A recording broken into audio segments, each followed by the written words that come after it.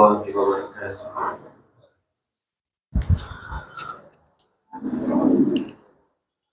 أعوذ بالله من الشيطان الرجيم. بسم الله الرحمن الرحيم. يوم تجد كل نفس ما عملت من خير محضرا وما عملت من سوء أود لو أن بينها وبينه أمدا بعيدا ويحذركم الله نفسه والله رؤوف بالعباد.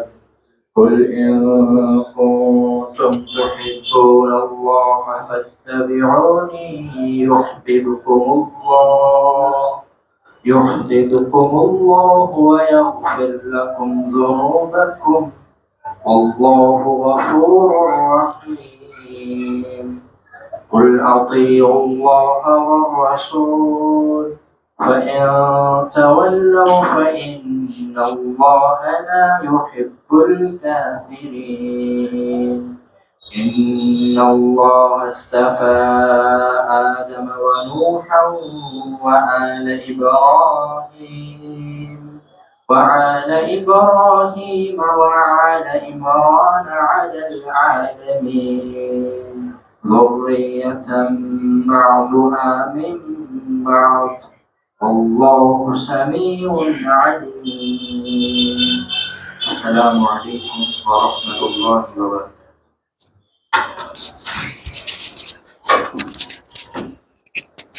وعلیکم السلام ورحمۃ اللہ وبرکاتہ. یہ تھے شعبہ حفظ کے ایک طالب علم محمد عمر محمد شکیل جو قرآن کریم کی تلاوت فرما رہے تھے.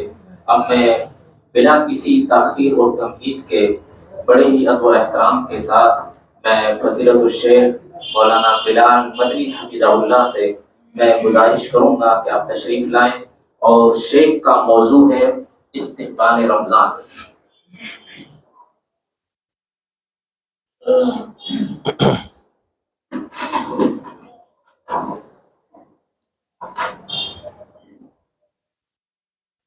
السلام علیکم ورحمۃ اللہ وبرکاتہ. ان الحمد للہ نحمده ونستعینه ونستغفره ونؤمن به ونتوکل علیہ ونعوذ باللہ من شرور انفسنا ومن سیئات اعمالنا. من يهده الله فلا مضل له ومن يضلل فلا هادي له. وأشهد أن لا إله إلا الله وحده لا شريك له وأشهد أن محمدا عبده ورسوله. أما بعد فإن خير الحديث كتاب الله وخير الهدى هدى محمد صلى الله عليه وسلم وشر الأمور محدثاتها وكل محدثة بدعة وكل بدعة ضلالة وكل ضلالة في النار. أعوذ بالله من الشيطان الرجيم. بسم الله الرحمن الرحيم. يا أيها الذين آمنوا اتقوا الله وقولوا قولا سديدا يصلح لكم أعمالكم ويغفر لكم ذنوبكم ومن يطع الله ورسوله فقد فاز فوزا عظيما. يا أيها الذين آمنوا اتقوا الله حق تقاته ولا تموتن إلا وأنتم مسلمون. يا أيها الناس اتقوا ربكم الذي خلقكم من نفس واحدة وخلق منها زوجها وبث منهما رجالا كثيرا ونساء واتقوا الله الذي تساءلون به والأرحام إن الله كان عليكم رقيبا.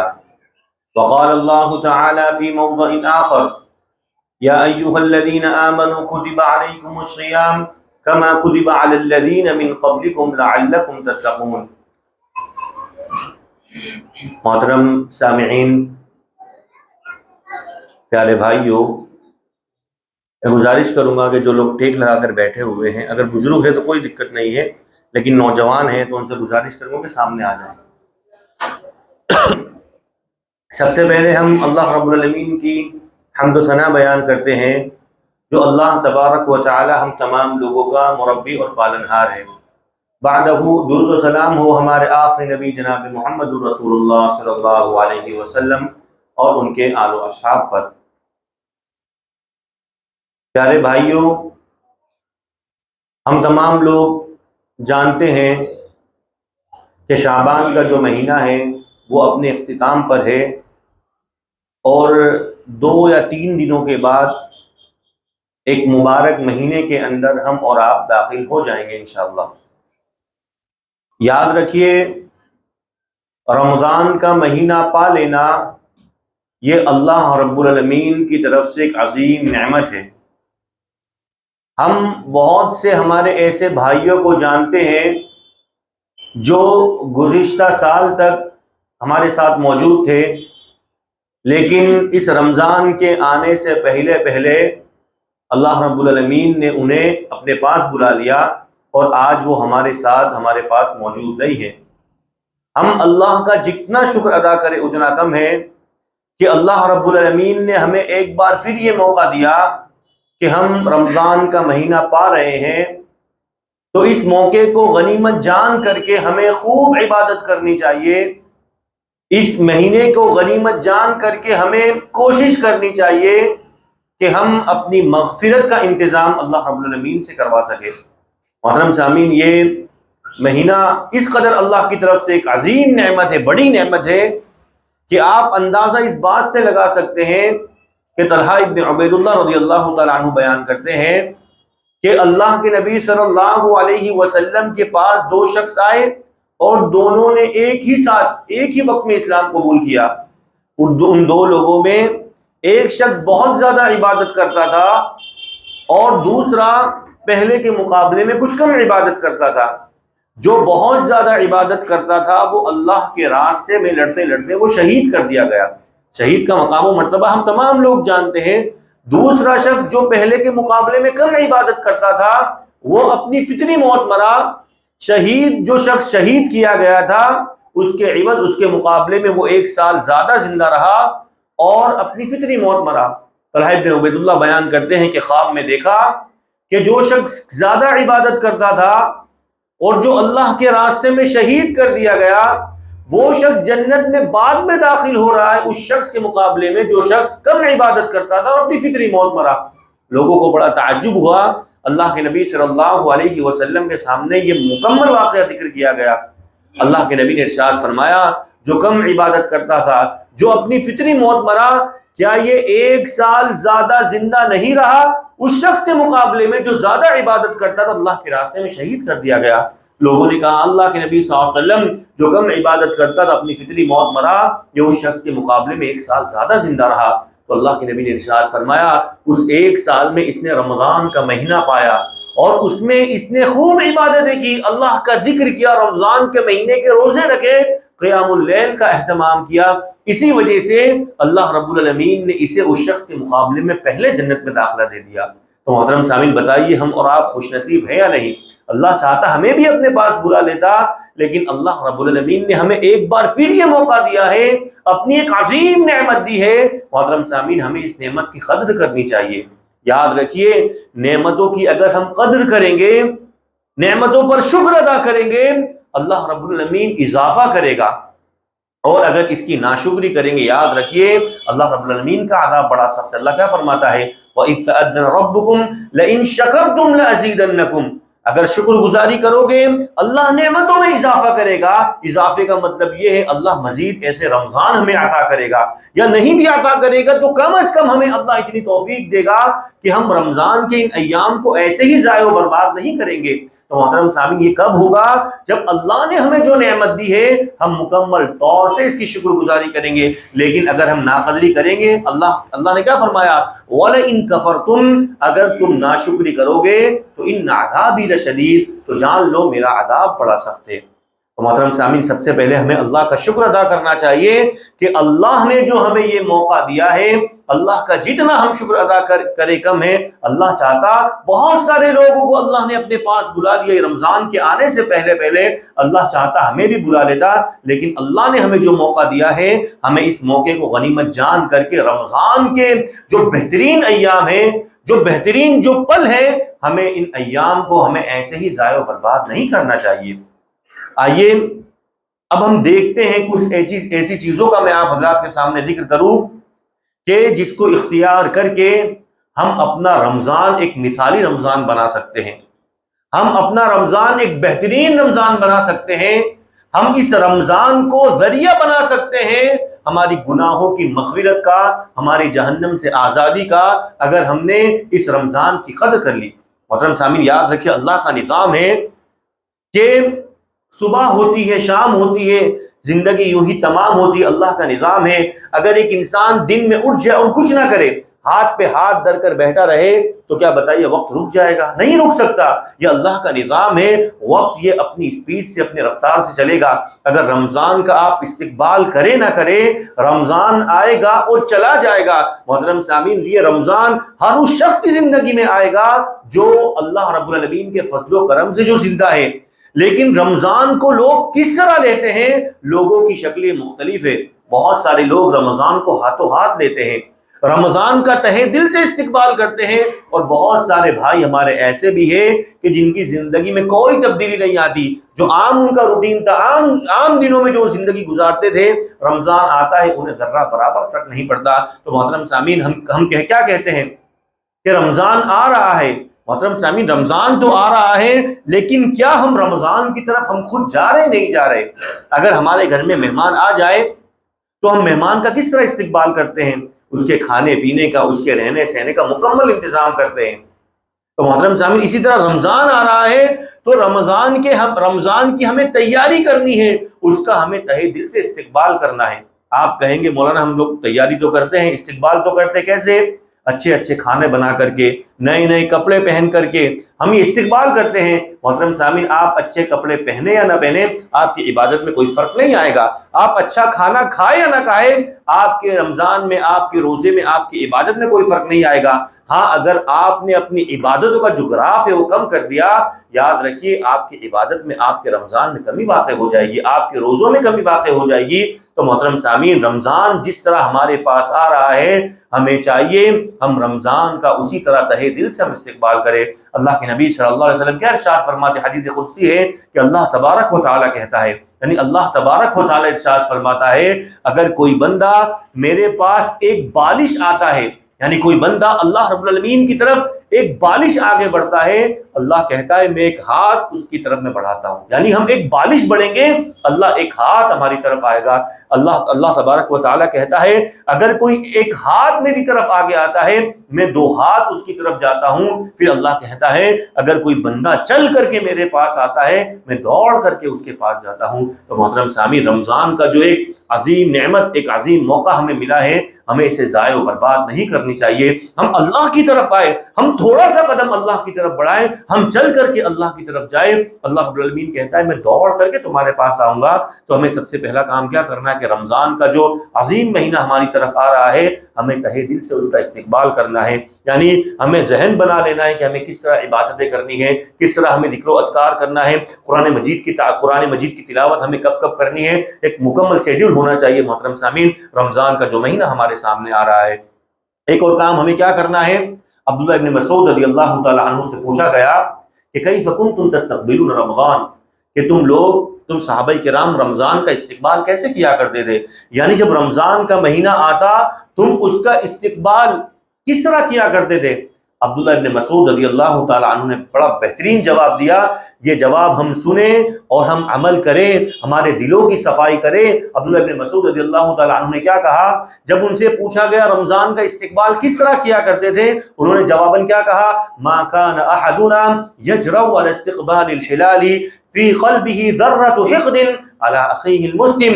انہوں نے جواب دیا جب رمضان کا مہینہ آتا تو ہم میں سے کوئی شخص جرأت نہیں کرتا کہ رائے کے دانے کے برابر بھی اپنے بھائی کے لیے اپنے دل کے اندر بغض و حسد رکھے۔ یعنی ہم لوگ کیا کرتے ہیں، رمضان کے آنے سے پہلے اپنے دل کی مکمل صفائی کر لیا کرتے تھے۔ محترم سامعین، دل یہ مرکز ہے، دل یہ انسان کا مرکز ہے۔ اللہ کے نبی نے کیا ارشاد فرمایا کہ انسان کے جسم کے اندر ایک گوشت کا لوتھڑا ہے، گوشت کا ٹکڑا ہے، اذا صلحت صلح الجسد کلہ، اگر وہ گوشت کا لوتھڑا، گوشت کا ٹکڑا صحیح سالم ہوگا، مکمل جسم صحیح سالم ہوگا۔ اگر وہ صحیح سالم نہیں ہوگا تو مکمل جسم خراب ہو جائے گا۔ اگر ایک ہٹا کٹا تندرست نوجوان ہو، اس کے دل کے اندر ایک ماہر طبیب بتا دے کہ آپ کو دل کا مرض ہے، تو بتاؤ کیا وہ خوش ہو سکتا ہے کہ چلو دل کا ہی تو مرض ہے، میرے پاس ہٹا کٹا میرے پاس بدن ہے، مضبوط ہاتھ ہے، مضبوط میرے قدم ہے؟ وہ کبھی بھی خوش نہیں ہو سکتا، کیونکہ وہ جانتا ہے جو مین مرکز ہے اس کے اندر ڈاکٹر نے بیماری بتا دی ہے، اب میں زیادہ دن کا میں زیادہ دن اس دنیا کے اندر رہنے والا نہیں ہوں۔ تو اللہ کے نبی نے ارشاد فرمایا اگر وہ گوشت کا لوتھڑا، گوشت کا ٹکڑا صحیح سالم ہوگا، مکمل جسم صحیح سالم ہوگا، اگر اس لوتھڑے کے اندر خرابی آ جائے گی، مکمل جسم کے اندر خرابی آ جائے گی، اللہ کے نبی نے فرمایا گوشت کا لوتھڑا کیا ہے؟ الا وہی القلب، وہ انسان کا دل ہے۔ تو دل یہ مین مرکز ہوتا ہے۔ تو اسی لیے عبداللہ ابن مسعود رضی اللہ تعالیٰ عنہ نے کہا کہ جب رمضان کا مہینہ آتا تو ہم تمام صحابہ کرام اپنے دل کی صفائی کر لیا کرتے تھے۔ آج ہم دیکھیں مسلمانوں کے اندر یہ بیماری وبا کی طرح پھیل چکی ہے۔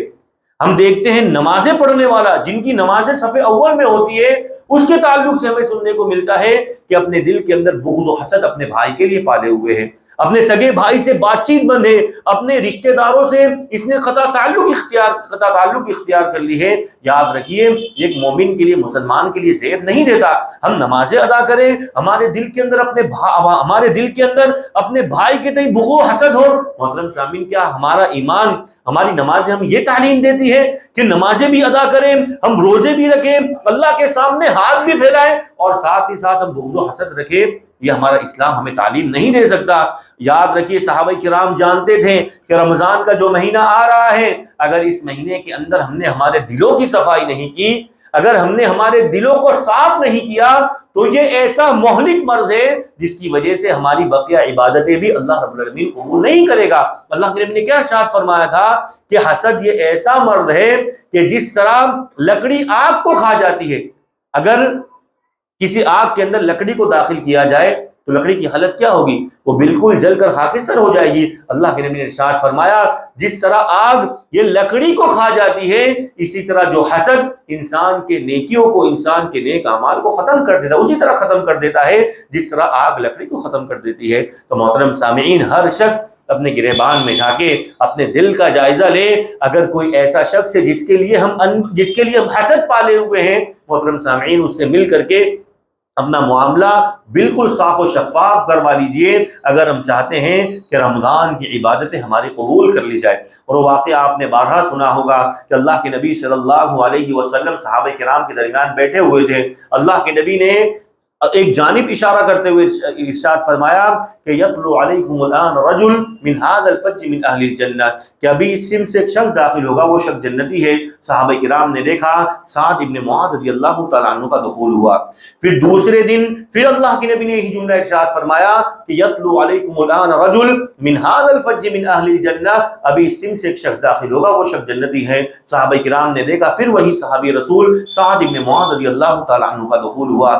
پھر تیسرے دن پھر مجلس لگی، پھر اللہ کے نبی نے یہ جملہ ارشاد فرمایا، پھر صحابہ کرام نے دیکھا کہ وہی شخص ان کا دخول ہوا جس جانب اللہ کے نبی نے اشارہ کیا تھا۔ سعد ابن معاذ رضی اللہ تعالیٰ عنہ ہے، عمرو ابن عاص رضی اللہ تعالیٰ عنہ جو تینوں دن اس مجلس میں موجود تھے، ان سے رہا نہیں گیا کہ آخر ایسا ان کے پاس کون سا عمل ہے جس عمل کی وجہ سے اللہ کے نبی نے ایک دن نہیں، دو دن نہیں، بلکہ تین دن انہیں جنت کی بشارت دی۔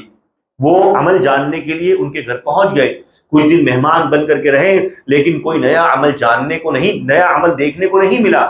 جب وہ ان کے گھر سے جانے لگے تو ان سے کہا کہ میں آپ کا وہ عمل جاننے کے لیے آیا تھا جس عمل کی وجہ سے اللہ کے نبی صلی اللہ علیہ وسلم نے آپ کو 3 دن جنت کی بشارت دی، لیکن میں نے کوئی نیا عمل نہیں دیکھا۔ جتنی عبادتیں آپ کر رہے ہیں اتنی میں بھی کر رہا ہوں، جتنا قیام اللیل کا اہتمام آپ نے کیا اتنا میں نے بھی کیا ہے، مجھے کوئی نیا عمل جاننے کو نہیں ملا۔ وہ سعد ابن معاذ رضی اللہ تعالیٰ عنہ کہتے ہیں کہ شاید وہ عمل یہ ہو سکتا ہے کہ لا اجد قلبی علی احد من المسلمین غشا، کہ میں اپنے دل کے اندر اپنے مسلمان بھائی کے تئیں بغض و حسد نہیں رکھتا۔ اگر اللہ رب العالمین میرے بھائی کو کوئی چیز سے نواز دے تو میں اس پر حسد نہیں کرتا، اللہ کا شکر ادا کرتا ہوں۔ آج ہم اپنے گریبان میں جا کے اپنے دلوں کی حالت کا ہم جائزہ لیں، آج ہماری حالت کیسی ہے۔ آج ہم برداشت نہیں کر سکتے کہ میرا پڑوسی ترقی کیسے کر رہا ہے، میرے پڑوس میں جس کی دکان ہے وہی دکان میری ہے. ہم برداشت نہیں کر سکتے کہ میں وہاں کا وہاں ہوں اور یہ میرا پڑوسی کیسے ترقی کر رہا ہے, اللہ رب العالمین اسے کیوں نعمتیں دے رہا ہے. محترم سامعین یاد رکھیے ایسا مرد ہے گویا ہم اللہ کی تقسیم پر ہم انگلی اٹھا رہے ہیں. اللہ ہمارا خالق ہے, اللہ ہم سے بہتر جانتا ہے کہ فلاں شخص کو مجھے کیا دینا ہے, فلاں شخص کو مجھے کتنی نعمتوں سے نوازنا ہے.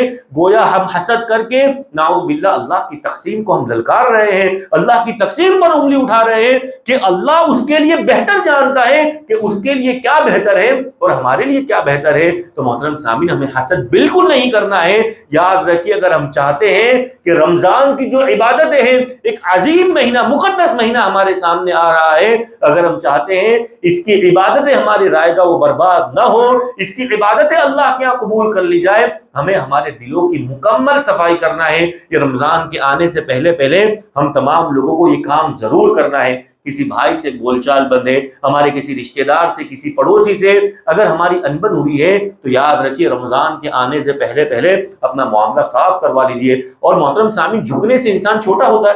بالکل نہیں. جو انسان جھکتا ہے اللہ رب العالمین اس کے درجات کو بلند کرتا ہے. اللہ کے نبی صلی اللہ علیہ وسلم کے تعلق سے آتا کہ مکہ اور مدینہ کی جو لونڈیاں ہوتی ہیں, باندیاں جن کی کوئی حیثیت نہیں ہوا کرتی, اللہ کے نبی صلی اللہ علیہ وسلم کے پاس آتی, اللہ کے نبی کا ہاتھ پکڑتی, اپنی بکریوں کا دودھ دہاتی. اللہ کے نبی صلی اللہ علیہ وسلم کا کام کرتے تھے. نبی جو تمام انبیاء کے سردار ہے, تمام لوگوں میں سب سے افضل سب سے بہترین شخص ہے, محترم سامعین وہ باندیوں کا کام کر رہے ہیں. تو جھکنے سے انسان کبھی چھوٹا نہیں ہوتا. یاد رکھیں انسان جتنا جھکتا ہے اللہ رب العالمین اتنی ہی بلندی اسے عطا کرتا ہے. تو رمضان کے آنے سے پہلے ہمیں کیا کام کرنا ہے؟ ہمیں اپنے دلوں کی صفائی کرنی ہے, پہلا کام. ایک اور کام جو رمضان کے آنے سے پہلے ہمیں کرنا ہے وہ یہ کہ ہمیں اپنے پچھلے گناہ کا, ماضی کے جو گناہ ہوئے ہیں اس گناہ کی اللہ رب العالمین سے معافی مانگنی ہے, توبہ و استغفار کرنا ہے. دیکھنے کو یہ ملتا ہے ہمارے سماج اور معاشرے کے اندر کہ رمضان کا مہینہ آتا ہے, لوگ کیا کرتے ہیں, روزہ رکھتے ہیں, نمازیں ادا کرتے ہیں, اور کبھی توفیق نہیں ملتی کہ لاؤ رمضان سے پہلے جو ہم نے اتنے بڑے بڑے گناہ کی اللہ کے سامنے ہم ہاتھ اٹھا کر ان گناہ کی ہم معافی مانگ لیں. یاد رکھیے رمضان کے روزے, یہ نمازیں, یہ قرآن مجید کی تلاوت, یہ ذکر و اذکار, یہ تمہارے چھوٹے گناہ, صغیرہ گناہ یہ معاف کروا سکتے ہیں. کبیرہ گناہ کی معافی کے لیے شرط کیا ہے؟ ہمیں اللہ کے سامنے ہاتھ اٹھانا پڑے گا, اللہ کے سامنے ہمیں معافی مانگنی ہوگی. اگر یہی روٹین ہماری چلتی رہی تو محترم سامعین جو کبیرہ گناہ ہم نے کیے ہیں وہ یہ نمازیں معاف نہیں کروا سکتی. یہ روزے کے ذریعے یہ کبیرہ گناہ معاف نہیں ہو سکتے جب تک کہ بندہ اللہ کے سامنے ہاتھ اٹھا کر نہ کہے کہ اللہ میں نے فلاں گناہ کیا تھا, اللہ مجھے معاف کر. تو محترم سامعین ہمیں کیا کرنا ہے؟ رمضان کے آنے سے پہلے ایک مہمان آتا ہے, ہم کتنی تیاری کرتے ہیں, مکمل ہم صاف و شفاف ہوتے ہیں, اچھے کپڑے پہنتے ہیں, ہمارے بچے کو ہم بالکل صاف و شفاف رکھتے ہیں. تو رمضان جیسا عظیم مہینہ آ رہا ہے, عبادتوں میں اضافہ کرنا ہے, ہمیں ذکر و اذکار میں ہمیں مزید اضافہ کرنا ہے. تو محترم سامعین اس مہمان کے آنے سے پہلے کہ ہماری ذمہ داری نہیں بنتی, جو ہم گناہ میں ڈوبے ہوئے ہیں, گناہ میں لت پت ہے, ہم گناہ کی اللہ رب العالمین سے معافی مانگے. اور یاد رکھیے یہ عمل اللہ کو اتنا پسند ہے, ایک بندہ گناہ میں لت پت ہو, اپنی مکمل زندگی وہ گناہ کرتے کرتے وہ نکال دے, لیکن اس گناہ کے بعد جب دل میں کھٹکا پیدا ہوتا ہے اور وہ گناہ سے پلٹتا ہے, اللہ کی طرف آتا ہے, اللہ کو یہ ادا یہ عمل اتنا پسند ہے کہ اللہ کے نبی صلی اللہ علیہ وسلم مثال دیتے ہوئے فرمایا کہ اللہ کو یہ عمل کتنا پسند ہے. اللہ کے نبی نے مثال دی کہ اگر ایک شخص ہو اور اس کے پاس ایک اونٹ ہو, وہ کسی ریگستان میں سفر کرے, کسی بیابان ریگستان میں سفر کرے, جب وہ بیچوں بیچ ریگستان پہ پہنچ جائے, اس کا مکمل ساز و سامان اس اونٹ پر ہو, کھانے کا جو کھانا ہے, اس کا پینے کے لیے جو پانی ہے, مکمل ساز و سامان اس اونٹ پر ہو, اور وہ شخص تھوڑی دیر کے لیے سو جائے. جب وہ اپنی آنکھ کھولے تو اسے معلوم ہو کہ میرا جو اونٹ ہے اب میرے پاس موجود ہی نہیں ہے, وہ کہیں جا چکا ہے. وہ شخص اس اونٹ کی تلاش کرے اور اسے اونٹ نہ ملے, اور وہ شخص رونے لگ جائے, اور اس شخص کو یقین ہو جائے کہ ابھی مجھے موت سے کوئی بچا نہیں سکتا ہے, کیونکہ میرے پاس کھانے کے لیے کھانا نہیں ہے, پینے کے لیے پانی نہیں ہے, جو کچھ بھی تھا وہ اس اونٹ پر لگا ہوا تھا. ابھی حالت ایسی ہے کہ اس اونٹ کا کوئی اتا پتہ نہیں ہے. وہ شخص روتا ہے اور روتے روتے اس کی آنکھ لگ جاتی ہے. جب دوبارہ اس کی آنکھ کھلتی ہے وہ اپنے اس اونٹ کو اپنے سامنے پاتا ہے مکمل ساز و سامان کے ساتھ. محترم سامعین اس شخص کی خوشی کا اندازہ لگا سکتے ہیں. اگر کسی شخص کو ڈاکٹر کہہ دے کہ آپ کچھ دنوں کے مہمان ہو, بس اب کچھ دنوں کے بعد آپ اس دنیا سے جانے والے ہو، لیکن اچانک اسے خوشی مل جائے کہ اس ڈاکٹر نے غلط کہا تھا، ابھی میں زندہ رہوں گا، اسے کتنی خوشی ہوگی؟ تو اللہ کے نبی نے ارشاد فرمایا جتنی خوشی اس شخص کو اونٹ کے ملنے کے بعد ہوتی ہے، اس سے کہیں زیادہ خوش اللہ رب العالمین ہوتا ہے کب؟ جب بندہ گناہ سے توبہ کرتا ہے۔ تو محترم سامعین، گناہ میں لتپت ہو اور اس کے بعد کوئی شخص اللہ کی طرف رجوع کرے، اللہ کی طرف پلٹے، یہ ادا اللہ کو بہت زیادہ پسند آتی ہے۔ جیسے قرآن مجید کی آیت کریمہ ہے، جب کچھ صحابہ کرام نے اسلام قبول کیا تو اللہ کے نبی صلی اللہ علیہ وسلم کے پاس آئے کہ اللہ کے نبی صلی اللہ علیہ وسلم، ہم نے زمانے جاہلیت میں بڑے بڑے گناہ کیے ہیں، شراب ہم نے پی ہے، سود ہم نے کھایا ہے، لڑکیوں کے ساتھ زنا ہم نے کیا ہے، اب ایمان لانے کے بعد کیا اللہ ہمیں بخش دے گا؟ قرآن مجید کی آیت کریمہ نازل ہوتی ہے، قل یا عبادی الذین اسرفوا علی انفسہم لا تقنطوا من رحمت اللہ ان اللہ یغفر الذنوب جميعا انہ هو الغفور الرحیم۔ اے نبی کریم صلی اللہ علیہ وسلم، آپ میرے ان بندوں سے کہہ دیجئے جنہوں نے گناہ کر کے اپنے نفس پر ظلم کیا، جو آپ سے پوچھتے اللہ ہمیں معاف کرے گا نہیں کرے گا، لا تقنطوا من رحمت اللہ، انہیں کہیے کہ آپ اللہ کی رحمت سے مایوس نہ ہو، ان اللہ یغفر الذنوب جميعا، اللہ رب العالمین تمام کے تمام گناہ معاف کر دے گا، بے شک اللہ بخشنے والا رحم کرنے والا ہے۔ تو محترم سامعین، کتنے بھی گنہگار ہیں، ہمیں چاہیے رمضان کے آنے سے پہلے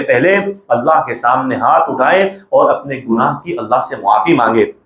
توبہ کی قبولیت کی کچھ شرائط ہیں، ان شرائط کو ذکر کر کے میں بات آگے بڑھاؤں گا۔ محترم سامعین، توبہ کی قبولیت کی شرطوں میں سے ایک شرط یہ ہے کہ جب بندہ گناہ کرے تو گناہ کے بعد احساس گناہ یعنی ندامت اور شرمندگی اس کے اندر ہونی چاہیے۔ اب مسجد کے اندر داخل ہوا، گناہ کیا ہے، فری وقت ہے، اسے کچھ سمجھ نہیں، اللہ کے سامنے ہاتھ اٹھا کر ہم توبہ کر لیں، ایسے توبہ قبول نہیں ہوتی۔ سب سے پہلے جو گناہ ہوا ہے اس گناہ پر بندے کو احساس ہونا چاہیے، شرمندگی ہونی چاہیے، ندامت ہونی چاہیے۔ احساس گناہ یہ اللہ کی طرف سے ایک عظیم نعمت ہے، یہ نعمت ہر کسی کو حاصل نہیں ہوتی۔ یاد رکھیے، توبہ کی توفیق اس وقت تک مل ہی نہیں سکتی ہے جب تک کہ گناہ کے بعد آپ نادم و شرمندہ نہ ہو۔ اور شرمندگی کس قدر ہونی چاہیے؟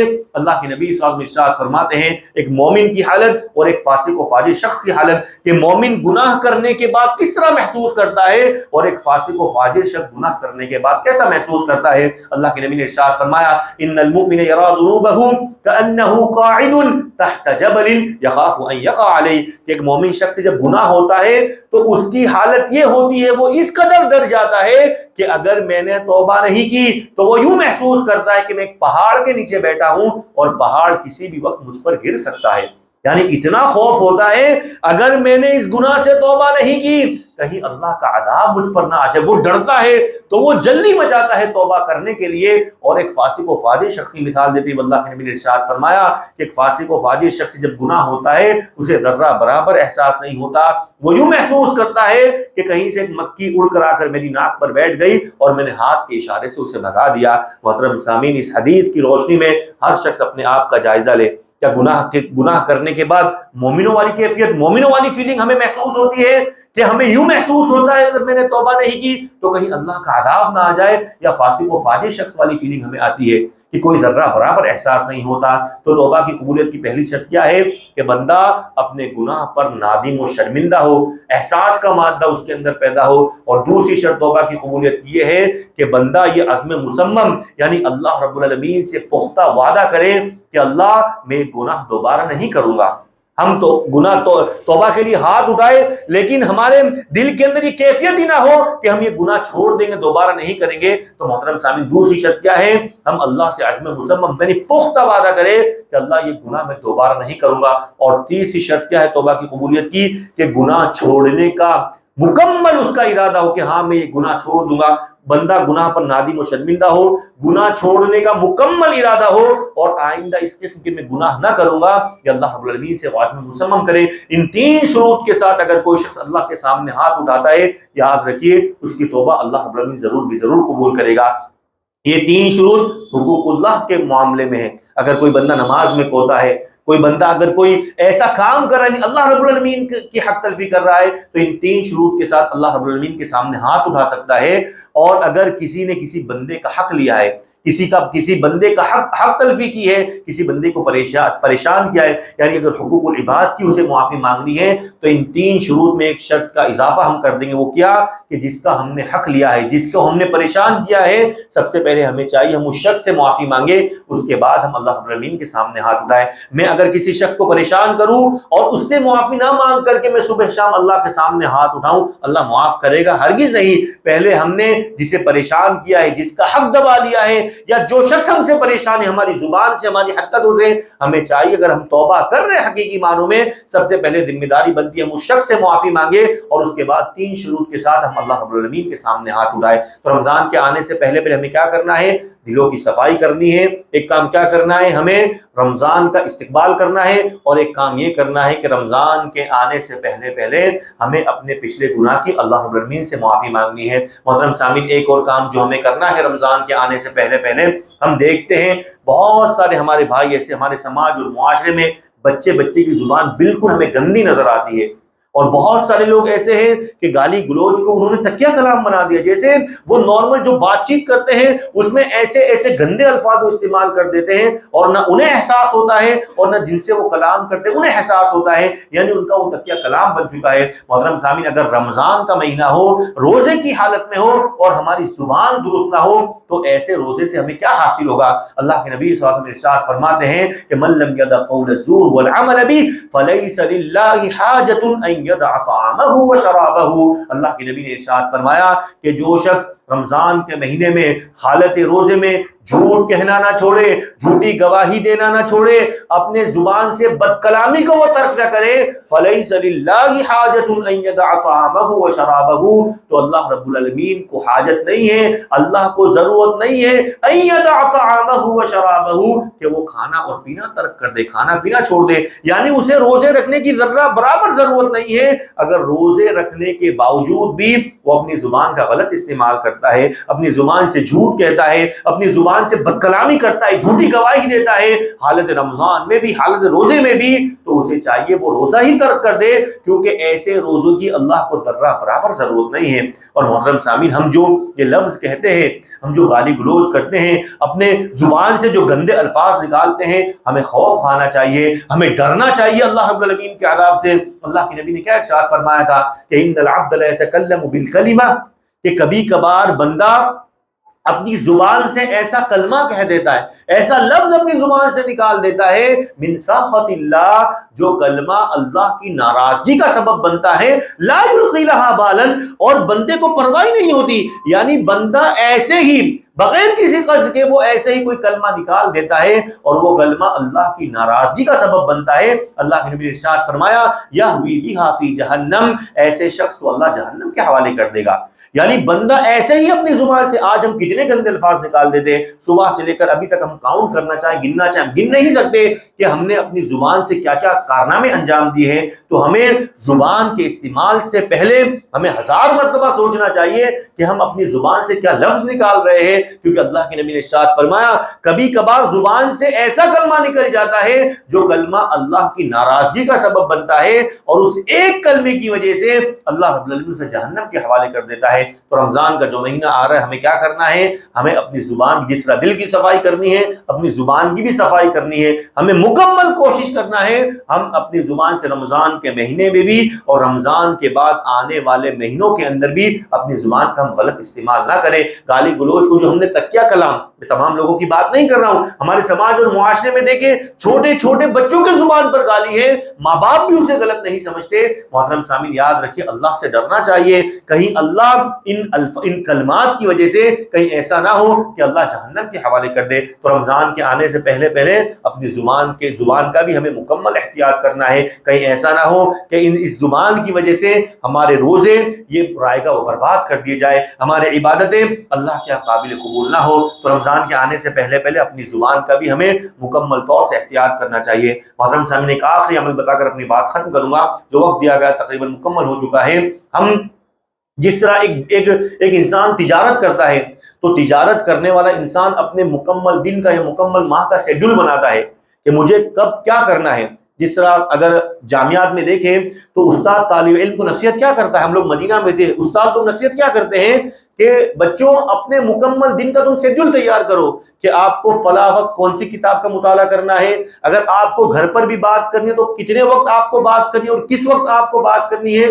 تو اگر ہم چاہتے ہیں کہ رمضان کا مہینہ ہمارا بہترین رمضان ہو، ہمارا ایک مثالی رمضان ہو، اس ماہ کے اندر ہم خوب عبادت کریں، تو ہمیں کیا کام کرنا ہے؟ ہمیں مکمل دن کا شیڈول تیار کرنا ہے۔ رمضان آتے ہی ہمیں مکمل ہمارے پاس پورے دن کا اس کا ٹائم ٹیبل ہونا چاہیے کہ ہمیں فلاں وقت کیا کرنا ہے، ہمیں قرآن مجید کی تلاوت کرنی ہے، کب سے کب تک کرنا ہے، ہمیں کاروبار میں توجہ دینا ہے، ہمیں کب سے کب تک دینا ہے، اور کاروبار میں بیٹھے بیٹھے اگر ہم فری رہیں تو ہمیں ان فری اوقات میں کیا کرنا ہے۔ تو محترم سامعین، مکمل دن کا اگر شیڈول ہمارے پاس ہوگا تو یاد رکھیے ہمارے جو قیمتی جو اوقات ہیں یہ ہم ضائع کبھی نہیں کریں گے۔ اور ایک تاجر جب یہ اپنے مکمل دن کا شیڈول تیار کرتا ہے تو محترم سامعین ایسا شخص یہ تجارت میں بہت ترقی کرتا ہے، اور ایک تاجر ساتھ ہی ساتھ اس چیز کا بھی خیال کرتا ہے کہ کون کون سی ایسی چیزیں ہیں جو میری تجارت میں مجھے نقصان دے سکتی ہے، کون کون سے ایسے کام ہیں جو میری تجارت میں مجھے نقصان دے سکتے ہیں، تو وہ ان چیزوں سے پرہیز کرتا ہے۔ تو رمضان کے اندر، خاص طور سے رمضان کے اندر، ہم اپنے مکمل دن کا شیڈول بنائیں اور ساتھ ہی ساتھ ایسی چیزوں پر بھی ہم نظر رکھیں جو چیزیں ہمارے رمضان کو خراب کر سکتی ہے۔ محترم سامعین، کچھ چیزوں کا اگر میں ذکر کروں، جیسے موبائل فون ہے، اللہ کے نبی صلی اللہ علیہ وسلم کیا ارشاد فرمایا تھا کہ وہ شخص کی ناک خاک آلود ہو، وہ شخص ناکام و نامراد ہے جو رمضان کا عظیم مہینہ پائے اور اس مہینے کو پا کر کے اپنی مغفرت کا وہ اللہ سے انتظام نہ کرا سکے۔ اور محترم سامعین، اتنا عظیم مہینہ، اتنے عظیم اوقات ہمارے سامنے آئے، ہم موبائل فون کے ذریعے ان اوقات کو ہم ضائع و برباد کر دیں۔ یاد رکھیں کہ مومن کی شان، مومن کی صفت نہیں ہو سکتی ہے۔ تو موبائل فون ہمیں کب اور کیسے استعمال کرنا ہے، ہمارے پورے شیڈول میں یہ چیز پوری مینشن ہونی چاہیے کہ کہیں یہ موبائل فون کے ذریعے ہمارے ان اوقات کو ہم ضائع و برباد نہ کر دیں۔ ابھی معلوم ہوا ہے کہ IPL، جس کے آج ہم اکثر لوگ شوقین ہیں، یہ بھی رمضان کے مہینے کے اندر ہی آنے والی ہے۔ تو محترم سامعین، اس سے بھی ہمیں پرہیز کرنا ہے۔ یاد رکھیے مومن کی، اللہ کے نبی نے ارشاد فرمایا کہ مومن کی خوبیوں میں سے ایک خوبی یہ ہے کہ مومن لایانی چیزوں کے پیچھے نہیں پڑتا ہے، لایانی اور بیکار اور فالتو چیزوں میں وہ اپنا وقت ضائع و برباد نہیں کرتا ہے۔ ہم 3-3 4-4 گھنٹے اس ایک بیکار چیز کے اندر اپنے قیمتی اوقات، وہ بھی رمضان جیسے عظیم مہینے کے قیمتی اوقات، ہم ضائع و برباد کر دیں۔ یاد رکھیے ہم سے بڑا بدبخت کوئی نہیں ہے۔ اللہ کے نبی کی وہ حدیث بار بار ہمارے سامنے ہونی چاہیے کہ ناکام و نامراد ہے وہ شخص کہ رمضان کا عظیم مہینہ پائے اور اللہ رب العالمین سے اپنے مغفرت کا انتظام نہ کرا سکے۔ تو محترم سامعین، جو کام یعنی جو چیزیں ہمارے رمضان کو خراب کر سکتی ہے، ہمارا موبائل ہے، IPL کی میچ ہے، اور اسی طرح میں کہوں گا کہ بہت سارے لوگ رمضان کے آخری عشرے میں وہ شاپنگ وغیرہ کرتے ہیں، خرید و فروخت کرتے ہیں۔ انہیں چاہیے ابھی 1 آدھ دن ہے ہمارے پاس، ان دنوں کو غنیمت جان کر کے جو بھی انہیں خریدنا ہے وہ ان دنوں کے اندر خرید لے۔ آخری عشرے کے اندر وہ مکمل ہمارے مسلمان بھائی، خاص کر کے نوجوان طبقہ، مکمل رات خراب کر دیتے ہیں۔ اللہ کے نبی کی وہ حدیث ہمارے سامنے ہونی چاہیے کہ جو لیلۃ القدر کی بھلائی سے محروم ہو گیا وہ تمام قسم کی بھلائی سے محروم کر دیا گیا۔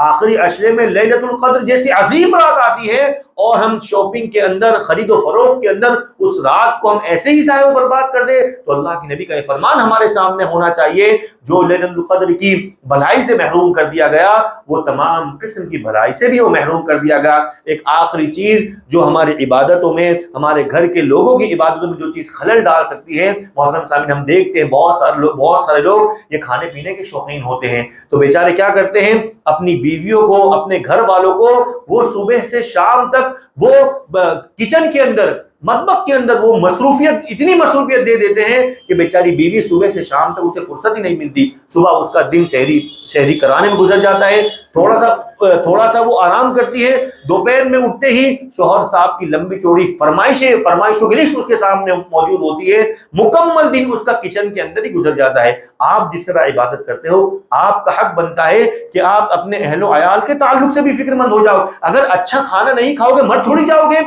آپ کی عبادت میں کسی قسم کی کمی تھوڑی واقع ہو جائے گی۔ ہاں، اگر پھر بھی آپ کو شوق ہے اچھا کھانا کھانے کا، آپ باہر سے خرید کر کے لائیں، لیکن ایک مہینے جس طرح آپ عبادت کرتے ہو اپنے گھر والوں کو، اپنے اہل و عیال کو، اپنی بیوی کو بھی ٹائم دو کہ وہ بھی قرآن مجید کی تلاوت کر سکے، وہ بھی اللہ کے سامنے ہاتھ اٹھا کر اپنے گناہ کی مغفرت، اپنے گناہ کو معاف کروا سکے، وہ بھی دیگر ذکر و اذکار کر سکے۔ اب بیچاری مکمل دن وہ کچن میں مصروف ہوگی تو بتاؤ رمضان کی قیمتی اوقات ایسے ہی وہ ضائع برباد ہو جائیں گے۔ تو یہ بھی ہماری ذمہ داری بنتی ہے۔ تو کچھ نصیحتیں تھی میری طرف سے، آخر میں ہم اللہ سے دعا کرتے ہیں کہ اللہ رب العالمین اس رمضان کو ہمارے لیے ایک مثالی رمضان بنا دے۔ اللہ اس رمضان کے اندر ہمیں خوب عبادتیں کرنے والا بنا دے کہ اللہ یہ رمضان ہماری مغفرت کا تو ذریعہ بنا دے، اللہ یہ رمضان ہمارے لیے جہنم سے آزادی کا تو سبب بنا دے۔ اللہ ہم تجھ سے دعا کرتے جو بھی ہمارے مسلمان بھائی پریشان، کی پریشانی کو دور فرما۔